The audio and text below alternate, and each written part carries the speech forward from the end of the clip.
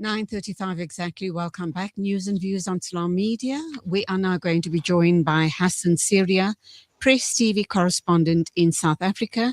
And we are obviously looking at the Middle East situation. And the all important question is, are we looking at an all-out war in the Middle East as the United States unleashes fresh strikes on Iran? Assalamu alaikum to you, Hassan. Welcome to the program. Wonderful to be talking with you. But of course, very, very bad news, is it not? Is this war ever going to end? What is the intent of Trump and his allies in Israel? Welcome to the show. Wa alaikum salam wa rahmatullah. Shukran, Julie, for having me again on the program on Salam Media. Yes, I think we can even go back to our discussion some weeks back. And that time we were looking at the MOU and where we stood with the MOU. And we discussed the fact that both of the sides, the United States here and Iran, seemed very far from each other in terms of what the MOU was suggesting, how they were interpreting various of the points on that MOU, and also how they were trying to, at the same time, still continue to assert some sort of leverage or some sort of authority in terms of what the various key points are. And one of them, of course, was the Strait of Hormuz. And if we look at it, the current situation, the escalation that we've seen in recent days, of course, after the burial of the late leader of the Islamic Revolution, Sayyid Ali Khamenei, is that it was, according to what the US was saying, over the Strait of Hormuz. And this was because both sides are trying to maintain some sort of leverage and some sort of control over what happens there. I think this escalation, and particularly after the burial of Sayyid Khamenei, this was an anticipated one, at least according to our reading, that there would be such a major escalation. The Iranians managed it up to that point so that they would not see and they'd be able to see to the funeral. Of course, this was, as we're hearing, the biggest funeral of its kind in history, potentially, where over 40 million people participated. So it would have been an unwise move of the Iranians to see an escalation during a period where they wanted to have the burial of the former leader, Sayyid Khamenei, and at the same time be engaged in a full-fledged war. It was also a case of the Iranians buying time up until this point in order to put in place certain mechanisms to try for diplomacy, particularly not here with the United States, but with regional countries, for example, Qatar, for example, Saudi Arabia, Oman, and of course with Pakistan's involvement as well. So for the Iranians, this was an important situation. But the fact that the Americans were unable to fully implement a blockade or sanctions against the Iranian ports, the fact that the Americans were not able to lift the Iranian control of the Strait of Hormuz and the passage of vessels through that strait, the fact that, okay, for the 60-day period, the agreement was the Iranians would not receive any sort of funds for its facilitation of movement through the strait. But the fact that the Iranians were clearly still in control of the strait, this was a situation that was untenable for the United States. And so it was inevitable that we were going to see this flare up.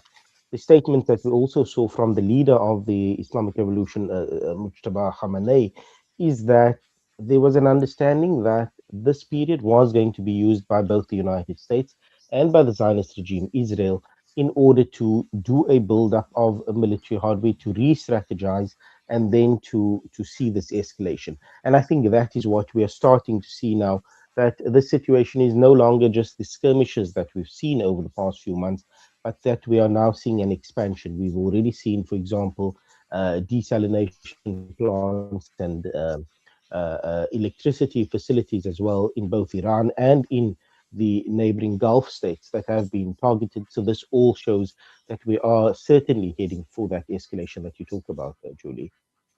So, Hassan, you talk about a buildup of armaments on both sides, but clearly the United States is in a far, far, far better position regarding the military equipment. From what we've heard and read up to now, that Iran can't even match what the arsenal of the United States. That's the one part of the comment. But we've also heard that for the first time since the war has begun, US forces have targeted an under construction nuclear power plant inside of Iran during their eighth consecutive night of attacks. That is Mm. pretty serious as far as Iran. I mean, Iran, in the case of Iran, that is a serious hit to them, is it not? Actually, I'd say this is not such a serious heat, and Oh, the wow. reason for that is that this nuclear facility at Darkhovin was still in the very early stages of being constructed. So it is not a nuclear research facility like the Iran nuclear reactor or research facility. It is not similar to the facility of Fordo or Bushehr even, which is a functioning nuclear site. This was just a site in the early stages of construction. I think it's about 2 to 3 years ago that the Iranians announced that they will start on the project. So and also keep in mind that this is a electricity generation facility, right? So at the moment there's no nuclear fissile material that is present at the site. So I think from the American side, this was more of an indicator. It was sort of a warning shot that they were issuing before they struck any actual electricity facilities. And that is the focus I think that we must keep in mind here. If they had hit, for example, the Bushehr site, which is an Mm, active nuclear electricity generation site, then we could have said this is a major escalation. So I think that is from the one point that the Americans made the threat that they're going to hit Iran's civilian infrastructure, which is electricity sites and that, but they've not actually hit actual stations. This was, but I think when people hear the term nuclear, they probably do get a bit nervous and consider that this is serious. So I don't think it's as serious, but it shows intent from the United States' side. I think the interesting thing that we're seeing in terms of this, the scale of the American buildup versus what the Iranians have, is that from the Iranian understanding, it was always going to be an asymmetrical war. They always understood and knew that the Israeli army, for example, or the military of the Israeli regime, is a stronger one. The Americans, of course, are still seen as a superpower and has a global reach in addition to the bases that are being hosted in the Gulf Arab states as well. So, from the Iranian side, this was always the understanding. We can see the Americans have jets, the Iranians only have missiles and drones, for example. So, this is sort of the disparity in the scale of the capacity. So, the Iranians always approach this as an asymmetrical war. And therefore, I don't think that the amount of weapons is an indication of the capabilities here. What we've got to look at is the strategy, and we've seen that, for example, during the February March war as well, what the Iranians call the Ramadan war, that through Iranian strategy, they were able to target specific sites. And in that way, they were able to deplete the capacity or capabilities of the Americans and even the Israelis. And think if we look at this past weekend and this escalation, that is what the Iranians have been doing. Instead of trying to hit down American jets while they are in the air, they've been targeting sites and hangars where these jets or these drones of the Americans are positioned in countries such as Jordan, in the UAE, in Bahrain as well. And an interesting thing that came out yesterday from the IRGC is they actually extended thanks to the people, the civilians, as well as members within the military forces of Jordan for assisting with intelligence of where American forces are based and where American hardware is based as well. And that is what we saw yesterday, that attack on the base in Aqaba in Jordan, that the Americans even admitted that there were aircraft that were damaged or destroyed within that blast. We also know that over the weekend, 3 American service members in Jordan were killed, and there's of course the report of the one in Iraq as well. So I think it's from this perspective that the Iranians are approaching the current situation. If we look at the American bases within the Gulf, the Arab Gulf as well, in many of them, the Americans don't seem to be operating at full scale there.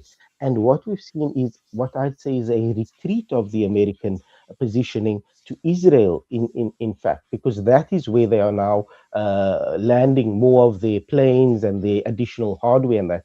So I think there's already this change that we see that is happening, Julie. I'm going to wrap up by making one or two comments, and Mm. I'd like you to respond to that. We understand that, pardon, Pakistan is supporting Saudi Arabia. We're not quite sure how that's going to play out. Pakistan seems to be lending its support to other Middle Eastern countries rather than Iran. Is that significant at all? And then also, there has been mutterings by Trump himself on of boots on the ground. Do you think that that will come to pass? That does indicate the seriousness and the severity of the war once we get a situation of boots on the ground. Your thoughts? I think the situation with Pakistan is that Pakistan has positioned itself as an important broker within the region. And of course, the important thing that we must always keep in mind when we talk about Pakistan is the backing that it has from China. That Pakistan will not do anything without the green light from China. Pakistan has important relations with Saudi Arabia, and at the same time, they have very strategic relations with Iran. And we've seen this during this period of negotiations, the way in which, when we read body language here, the way in which the Pakistanis embrace and engage with the Iranians. The reality for Pakistan is that the relationship with both countries is of importance. It shares an actual border with Iran, and we've seen during this period that Pakistan has escalated its trade, for example, or facilitation of Iranian goods through Pakistan to get out and circumvent the American attempts at the blockade of the of the Iranian ports. So this relationship from Pakistan is more of a balancing act than to say actually that Pakistan is aligning itself within a particular camp at this point in time. And I think this is a pragmatic approach from the Pakistani side in terms of managing that diplomacy between Saudi Arabia, which is a strong power within the region, as well as Iran, which equally is a strong power within the region. So I think we'll see that from the Pakistanis going forward as well. As far as talking about American boots on the ground, we know that this was an attempt that the Americans made already during the Ramadan war as well. And it failed quite dismally. We saw that operation that it tried to stage in Isfahan province, and how many American helicopters and aircraft were damaged or destroyed in that attempt as well. What the Americans certainly have been doing with all of these bombing strikes over the past week or so on various areas of Iran is trying to deplete the Iranian capabilities. But we've seen from the Iranian side as well the strikes in Baluchistan province. We've seen in, for example, on the west with Iraq, the Kurdish areas, and that, where the Iranians are anticipating that if there is an attempt to infiltrate the country, that it would come from these regions, these groupings, of course, sympathetic to the Americans. They've always acted as proxies of the Americans within the region. So the Iranians have been trying to neutralize that before it can even happen.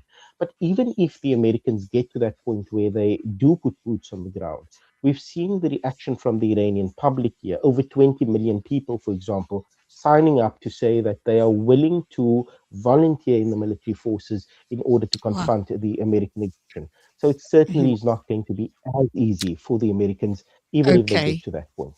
Sorry about that, Hassan. We've got to wrap up. Thank you indeed for your deep insights on this matter. Hope to talk with you again as we proceed. I do hope that the next time I talk with you, it will be that the war has ended. Wishful thinking, I know, but duas. Wishful Thank thinking. you. Go well. Salaam alaikum to you. Alaikum salam wa rahmatullah. Shukran for having me. It's 9:49 exactly. Our final interview being on standby, obviously, and we'll go to that in a minute or two. We will be talking with Ramadan Ahmed Birima, Sudanese journalist, political analyst, and the editor of the news outlet SudanHorizon.com.